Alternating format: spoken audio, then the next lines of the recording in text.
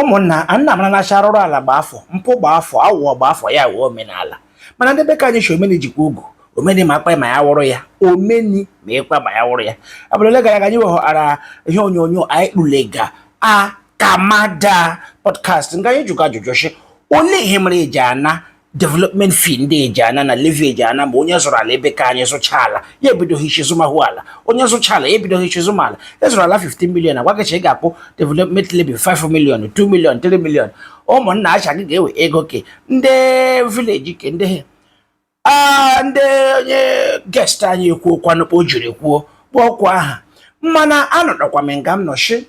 ihe gbasara development fee ala ada money in the bush so many communities imega ebe ka anyị ma Anambra ma Enugu ma Imo ma ala Igbo anyị niile ma Ebonyi kacha ma Imo steeti anyị ma were anyị ọwụ ihe kwesịrị a na-eme ihe na amara m show tax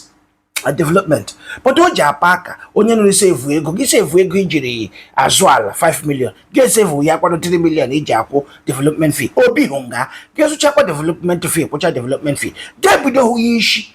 kwụma ke ndebe pa cement ke ndebe pa aja mana anyị anụkwa ube akụ ndị lere ihe onyonyo ahụ gbasara ala ada development fee eji ana anyị ndị metụtara ihi na ashi apara ozu onye ọzọ na-agaje ya eme apụpụ nkụ apụrụzi onye ọzọ gafee ma ya eme apụpụ nkụ ụlọ arị okpu nkụ ọwa ozu ihe na ọ dababerela gị ihe na iwuru ụyọ ala nna gị ọwala ejighị oke ihe kwu ụka ya eme ọkpụ ojari no ọgwụ agaghị menyere ọwụ ukpo ojari ndị wutere abịabịa kọmara na anyị ya gabikara ahụ mmeji ha ịzụ ala mpaghara ebe ka anyị na akpa ejiri kpa nha gwa akwụkwọ ndị be ka anyị anyị shi anyị kpule ụfọdụ n'ime ihe ndị nyụrụ anyị n'ihe onyonyo ya kwuru so that gị nwa na idea ga-awa ihe aka ga ya mkpụrụ shịkịshị ala adagharịcha mma ya obekwacha ọhịa a ga-eme eme chi wetu ụnụ aka ihe onye zụrụ ala iche abịa kwụọ obodo ke ụgwọke kwụọ ndekọ ụgwọke kwụọ ndekọ ụgwọke kwụọ ndekọ ụgwọke mekwụchara ya ego agwụla gị aka anyị tụlekwara ihe ole na ole ndị bịara comment section ndị anyị nwere ike ichuzu iselect for the viewers otu onye akpọrọ goodbag 001 bịara chi anyị akwụrụ ụgwọ development fee ka chi ya kwụọ ma ya chọrọ ibido ọrụ mọyọ ya ndị obodo ahụ agwa ya chi aṅụ ga-eji ha eti ego ọkụ ọcha ha agbaala afọ krefu afọ abụọ anyị ahụ bụ eletrik poolu ebe ahụ ọhụsọ development fee a ga-akwụ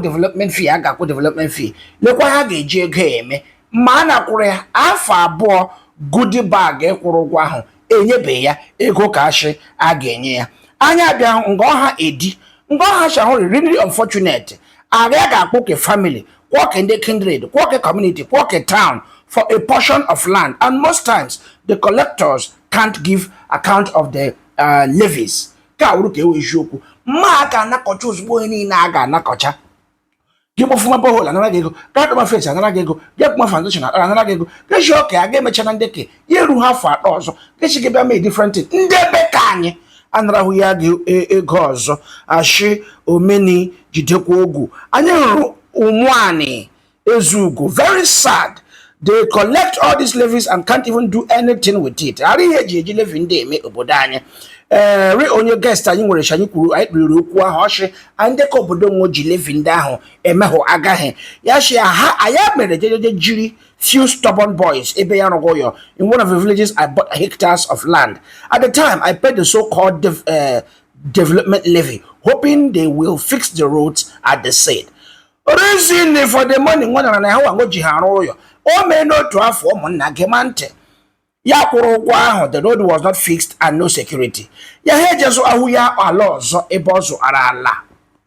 ndị ahụ kwabara nara ya ego ke development ka ahụ emere eme abịahụ ya be nara nga ọzọ ya jụma nwụchi ụzọ nwụcha nwụ ga-ana a million nwụ nara ya hectares of land ya zụrụ nwụrụ ọnụ ya shi olu ya eje weruwe ndị uwe ojii jiri ndị ka ahụ ya wụ ndị mega development fee anyị ahụ maazị Joe Obaino talking about development ọchị levy ahụ awụghị ọjọọ otu na otu levy ahụ awụghị ọjọọ ajụjụ ya jụga ahụ ole ndị with the legitimate authorities to collect these levies because aga onashi e nwere different cabals ime obodo yakwa he mkpuru squads and gangs in the bush collecting these levies from the same person, same property. Your guest representative spoke as if he collected the money too. Osha guest anyị nwere ahịa onyonyo ahụ ka onye anara n'aka azụ ole chehom ọka gakpa obodo ke yare osha ndị nara ego ahụ obodo ke ya ahụrụ ma ndị nwem n'ime akala n'oke eziokwu ihe onye ka gaghị ewu aghụghọ gba afọ ya wuo omenala abịa ebe ka anyị bịa zụọ ala ikekwe ahụ ya akaga azụcha ala azụ aya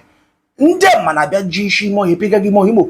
okorobịa epega gị ime ọhịa chigikwuru nene zụ ala ikwuru nene bịa arụ ya ebe ke ṅụ agaghị enye ṅụ 2 million fa igbu ala nga ahụ igburu ala ịzụrụ azụ anyị abịa gbakujehu hụ agụral shi anya wụ onye Owere anya bara wa shi aha wụ ihe anyị eji eme ebe ka anyị but it's not good.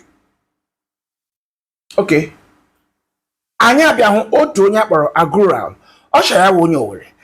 ndị Owere ahụ mụ araghị ha aka ndị obodo ọzọ and ha arịghọ mma gị hụ gwa onye chọrọ ịrụ ya onye zụrụ ala chọrọ ịrụ ya shi ahụ nwere ihe ndị community chọrọ ime he can do borehole for ndị obodo ahụ to pay that money after it will be shared between the youths and their leaders. The Eze should look into this. We need developments. Ụmụnna Agụral shi anyị abịalawo ashi ahịa ha wughị ndị obodo anyị ndị ka Owere anyị mana ahụ karị mmachi achịbede nwere levy a chọrọ ịkwụ development a chọrọ ịkwa kpọrọ development nwa bụ onye ahụ chọrọ ịrụ ya ahụ ngwa anyị chọrọ ịrụzi skuulu ụnụ nga ala dị simenti anọ simenti ise simenti iri simenti 100 ọ kpofuola anyị borehole ọ mee anyị otu nga ahụ ya anya obodo a na-ejikpa ha emepe ha wee ego a chọwụ development levy eke ya aka mana akpa mana nnọọ akwụrụ rie ya wee ego onye eze na ndị eze n'obodo dị iche iche nwole bara ya anya ahụkwa ka nnụga ahụ ga-akpọrọ gọvanọ nna but we get properties nna achị aṅụ nwere properties ebe Abuja anyị enweghịrị a development levy eji ana ebe Abuja ebe ahụ nwobi ụmụnna ya chi gọọmenti chọbekwa ịrụ ihe aṅụ ga-arụ ha wụ aka ndị obodo ime development akaga Emi Cliff Igolo now when the development fee is paid what is it used for? Igolo joga because according to Onyemehopo Abraham my guest that he mentioned Hendaji Egonda Hemega ke eji la honanya. Curtis boy she in my place ebekengo ebahu ebo shirebia. Ego they are getting angoje ure ya kelo nwengo mokorobịa ndị ahụ jiri ime ọhịa oje na ego ahụ wee kecha ya nwengo ngala bagajeji ya kpọkọrọ ndị nwanyị ṅụkọrọ champagne ewere onye bega development nga ngogaga ndị nwemne ihe ohe gbasara ihe onyonyo oke ikpeazụ anyị nwere ma my guest kamada nga anyị eji ekwu ka o jerere remember Emeka hamshi